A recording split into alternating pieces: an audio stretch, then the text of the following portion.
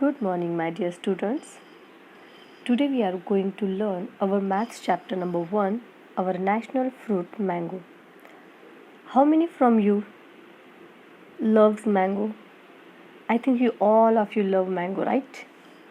Okay, now in this lesson we learn maths through the different topics of mangoes like shape of mango, size, weight, farm of mangoes, market of mangoes, prices of mangoes, business of mango, etc. Here are some haikus for you in Gujarati and in English. Let's read the haikus. Kanji सुने कोयल केरी कुंज केरी बगीचे. In English, a cuckoo coos mangoes in orchard. Here orchard means we can say that आंबावड़ी, जिसे हम लोग कहते हैं ना कि mango का जो फार्म होता है, it's known as orchard. One another is haiku for you. मीठी सुगंधी छू सोरठ नी केरी हूँ छू Kesar. And in English, I am sweet and fragrant mango from Sorath, I am Kesar. Now here are the haikus. Actually haiku is nothing but the poem.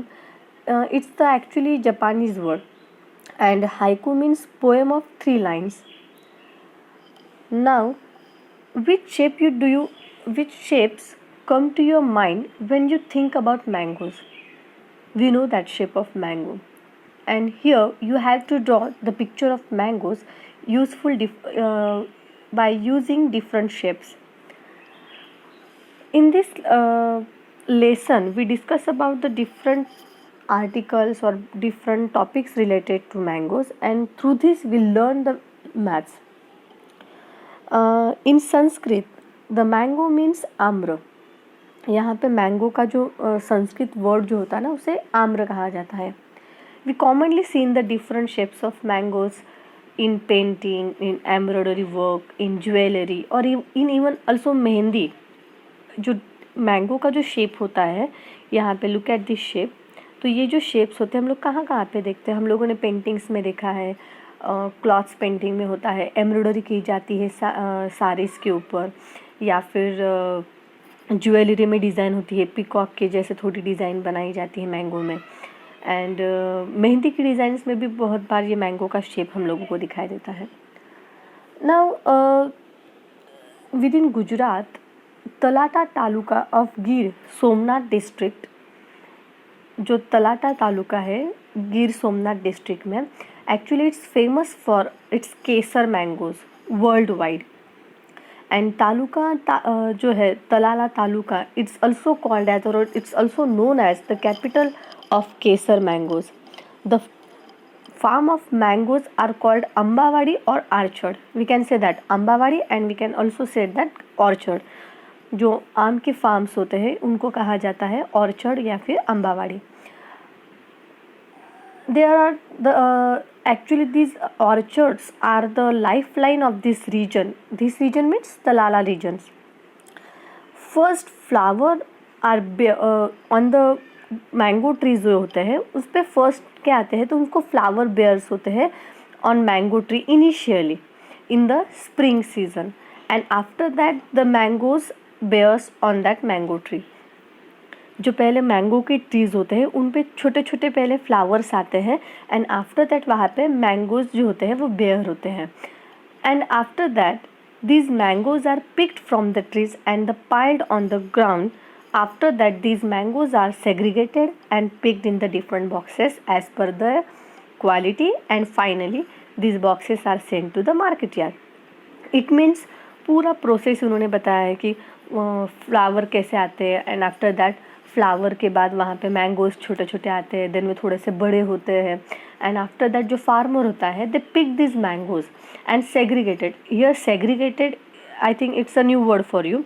Segregated means क्या होता है कि उनको डिवाइड करना या फिर उनको सेपरेटेड करना bye their size, bye there quantity, या बाय देयर क्वालिटी और bye there numbers.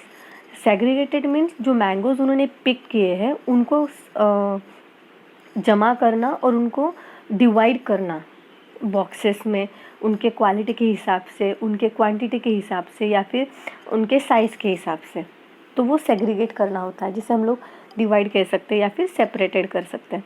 And piled का मीन्स उसको एक साथ ऐसे जमा करना, जैसे हम लोग जमा करते हैं ना ऐसे काउंटिंग के वक्त, वैसे जमा करना। एंड उसको फाइनली उसको बॉक्सेस में पैक करके फॉर सेलिंग पर्पस वो मार्केट यार्ड में भेजे जाते हैं। Now here our maths finally comes. Now look at this. In the first picture, these mangoes are piled here, or we can say that heap of mango here, and here in the second picture the boxes are ready for market yard. Okay, now just imagine our class, in our class there are 40 students, and we bring similar number of mango boxes. Each box contain 18 mangoes.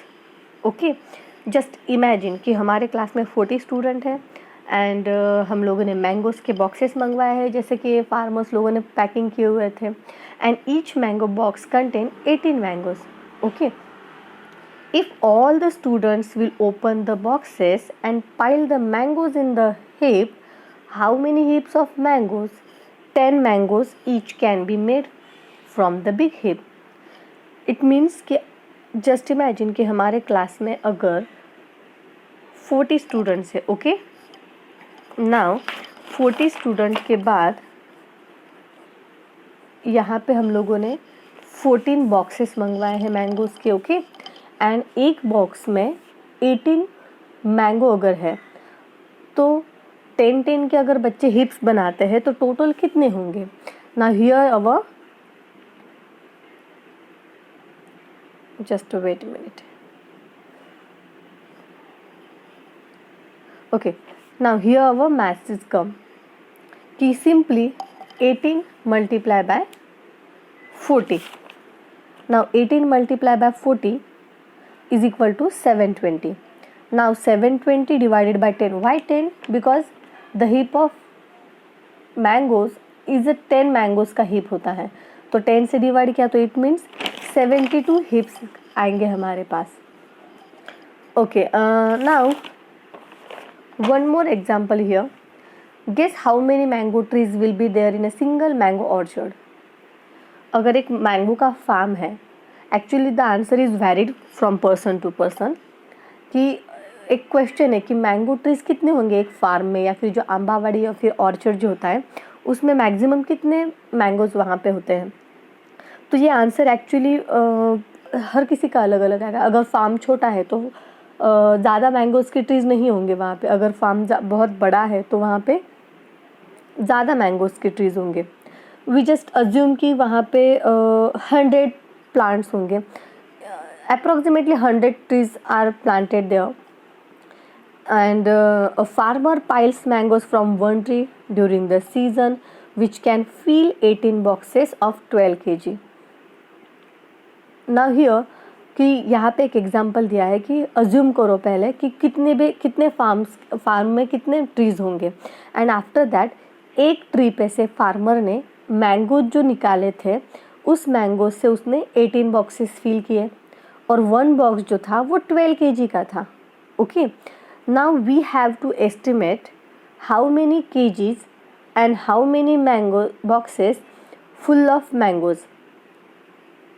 Now हम लोगों को ये calculate करना है कि कितने boxes उसने पूरे किए होंगे और कितने kgs के मैंगोज़ वहाँ पे मिले होंगे through out the orchard. The farmer would have picked up from all mango trees of the orchard. After that हम लोगों को ये कैलकुलेट करना है कि उसने कितने किए होंगे. Now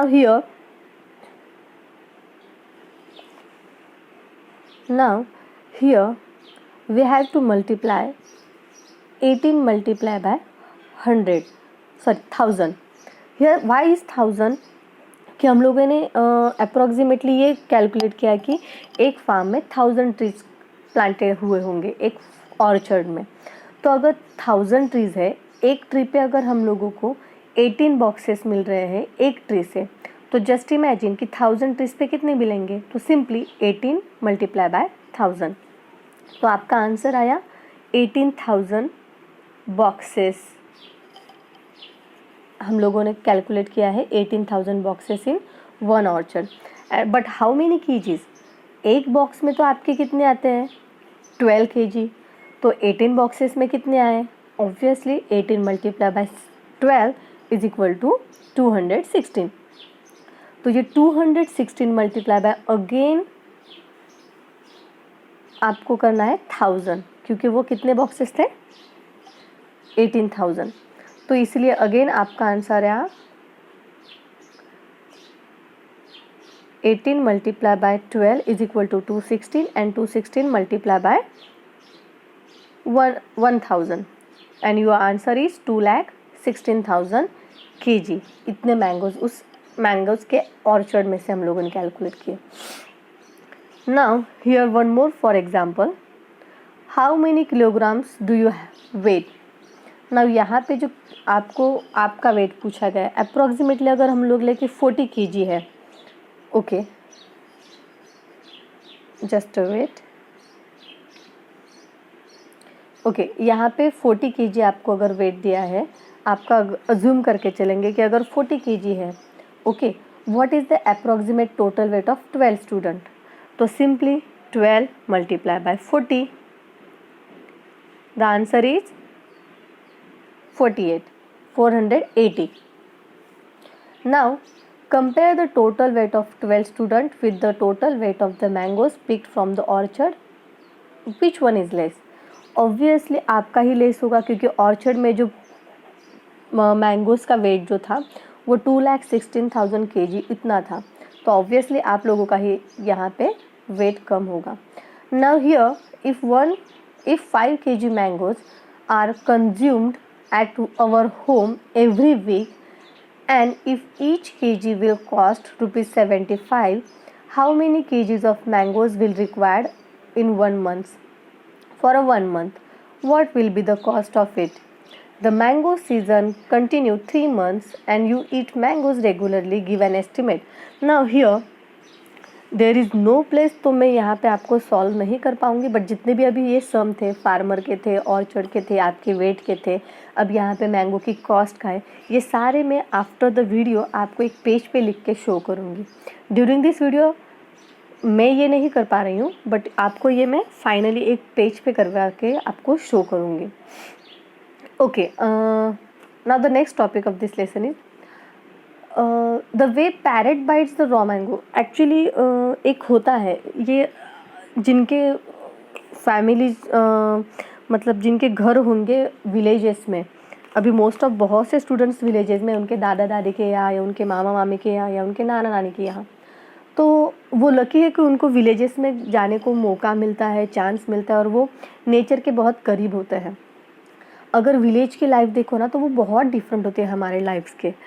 तो यहाँ पे एक विलेज की लाइफ या विलेज की स्टोरी थोड़ी सी शो की गई है कि विलेजेस में कैसे होता है कि जो ऑर्चर्ड होते हैं, जो आंबावाड़ी जो होती है ना, उनमें जब मैंगोज आ जाते हैं और वो थोड़े रॉ होते हैं, तो इन दिस मैंगो ऑर्चर्ड जो पैरेट्स होते हैं वो उन मैंगोज़ को थोड़ा बाइट्स करते हैं, वो थोड़ा खाते हैं मैंगोज़ को।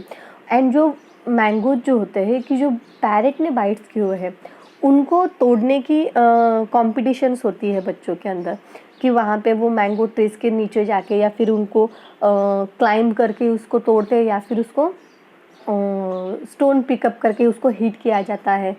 ड्यूरिंग द वैकेशन टाइम ये सारी चीज़ें होती है, क्योंकि वो वैकेशन का ही टाइम होता है कि जब मैंगोज़ का राइपन का सीज़न होता है।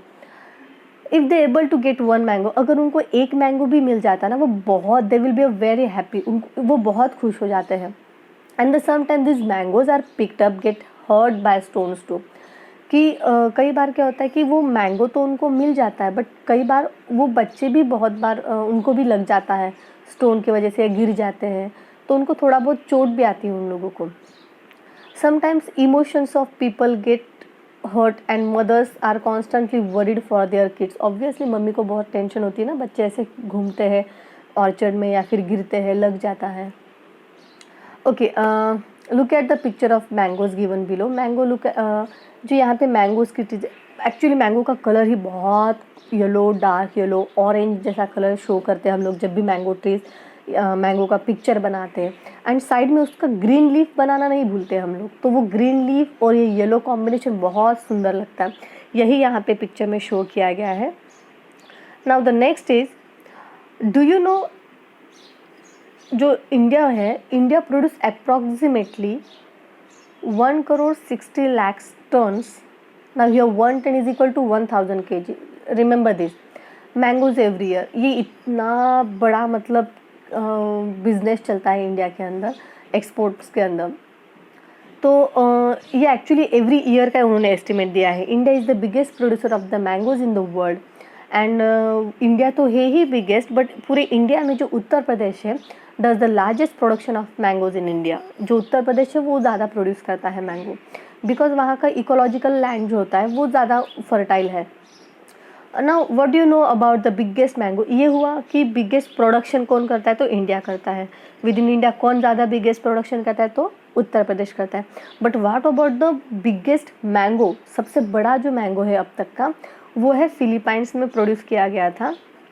वहाँ पे जो उसका वेट है वो बताया गया था 3.435 kg, जो फिलीपाइंस में यहाँ पे पिक्चर में शो किया गया है। देखो तो मतलब दोनों लोगों ने वहाँ पे पकड़ के रखा है वो, तो उसका पूरा वहाँ पे उन्होंने मेजरमेंट दिया है कि it was 30.40 centimetre in length, उसका लेंथ दिया गया है। सरकमफरेंस दिया गया है 49.53, एंड जो ब्रेड थे उसकी वो दी गई है 17.78 सेंटीमीटर।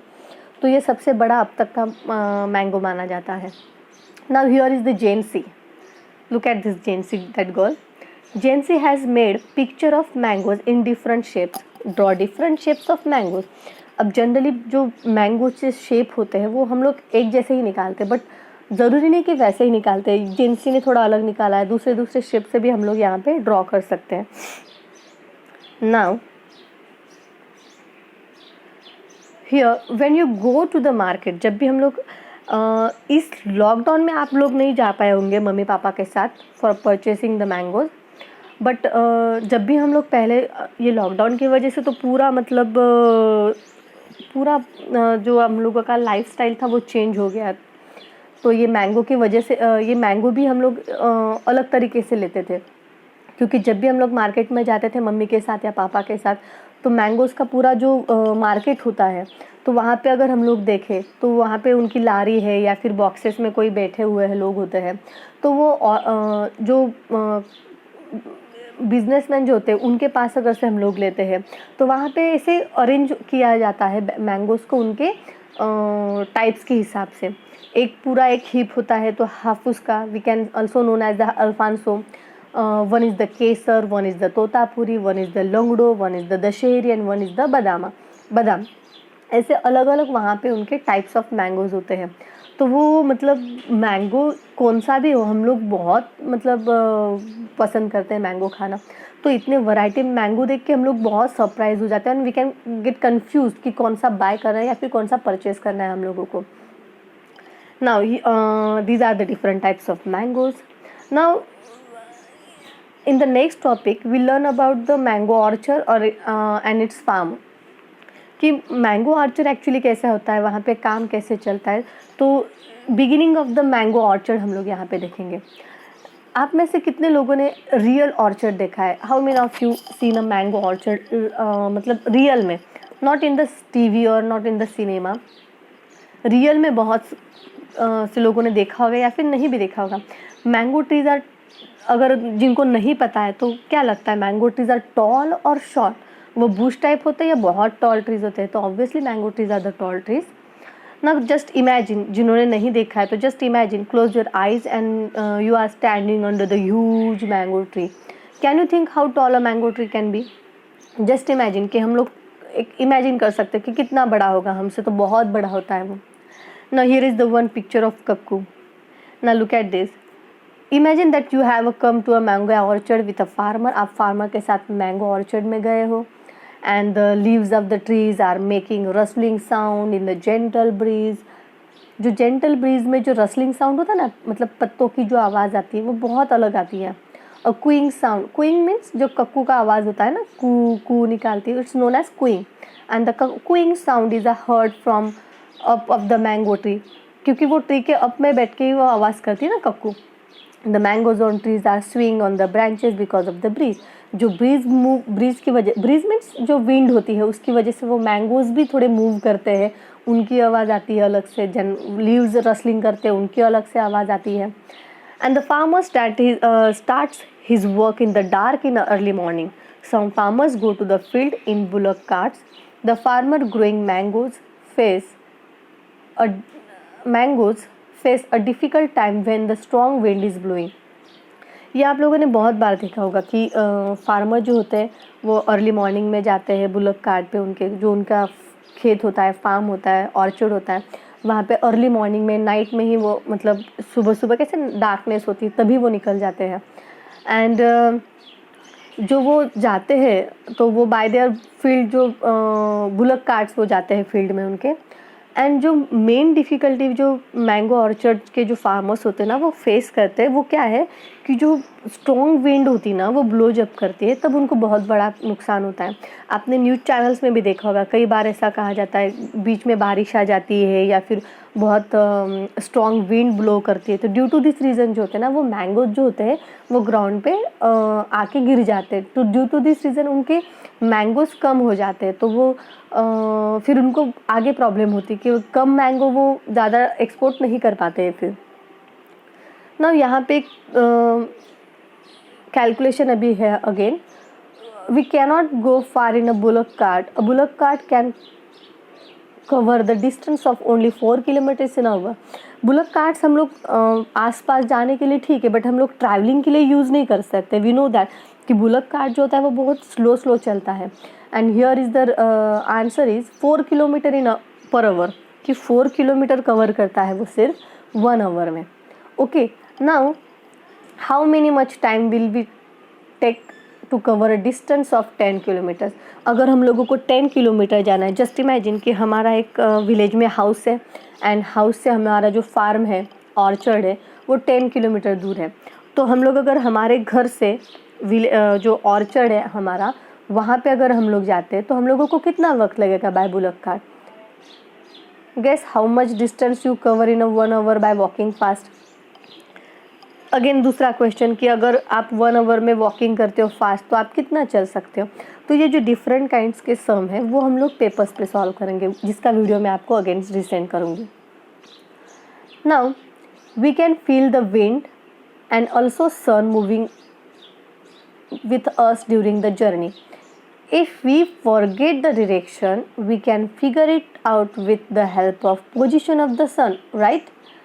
It means कि अगर हम लोग जब भी जो भी जर्नी होती है हमारी, जब भी यहाँ वहाँ घूमते हैं तो हम लोग फील करते हैं, विंड को फील करते हैं, सनलाइट को फील करते हैं। और ये जो सन मूविंग जो हमारा साथ में ही घूमता है, हम लोग जैसे जैसे घूमते हैं वैसे वैसे सन भी हमारे साथ चलता है। ये हम लोगों को सिर्फ चलता है, सन अपने प्लेस से हिलता नहीं है, बट हम लोगों को ये फील होता है कि सन हमारे साथ चल रहा है। ओके, इन केस अगर आप जर्नी के ड्यूरिंग द जर्नी आप अगर आपका डायरेक्शन भूल जाते हैं कि वापस घर पे कैसे जाना है, आप रास्ता भूल जाते हो, तो हम लोग जो पोजीशन होती है सन के, उसके हिसाब से हम लोग डायरेक्शन फाइंड आउट करते हैं। And with the help of this we can go reach up to the particular destination. Now ये अलग अलग मैंगोज़ का हम लोगों ने देखा, थोड़ा बहुत उसमें सम भी देखे जो मैंने ओरली आपको एक्सप्लेन किया, but don't worry about it, मैं आपको ये पेपर पे भी सॉल्व करके भी सेंड करूँगी ना। आज के लिए सिर्फ इतना ही काफ़ी है। नेक्स्ट लेक्चर में हम लोग अगेन डिस्कस करेंगे मैंगोज़ के बारे में, ट्रैक्टर के बारे में कि ट्रैक्टर से कितना वक्त लगता है, बाकी के डिफरेंट काइंड्स ऑफ यहाँ पे व्हीकल्स हम लोग देखेंगे। देन व्हीकल के बाद सम बिग नंबर्स का कैलकुलेशन यहाँ पे आएगा। देन फ्रूट मार्केट देखेंगे हम लोग, फ्रूट मार्केट में भी हम लोग अलग अलग चीज़ों से मैथ सीखेंगे यहाँ पे। देन डिफरेंट टाइप्स की इंडस्ट्रीज़ देखेंगे कि जिनके वजह से हम लोग बिजनेस जो चलते हैं वो हम लोग देखेंगे। Now still then bye, goodbye, stay home, stay safe.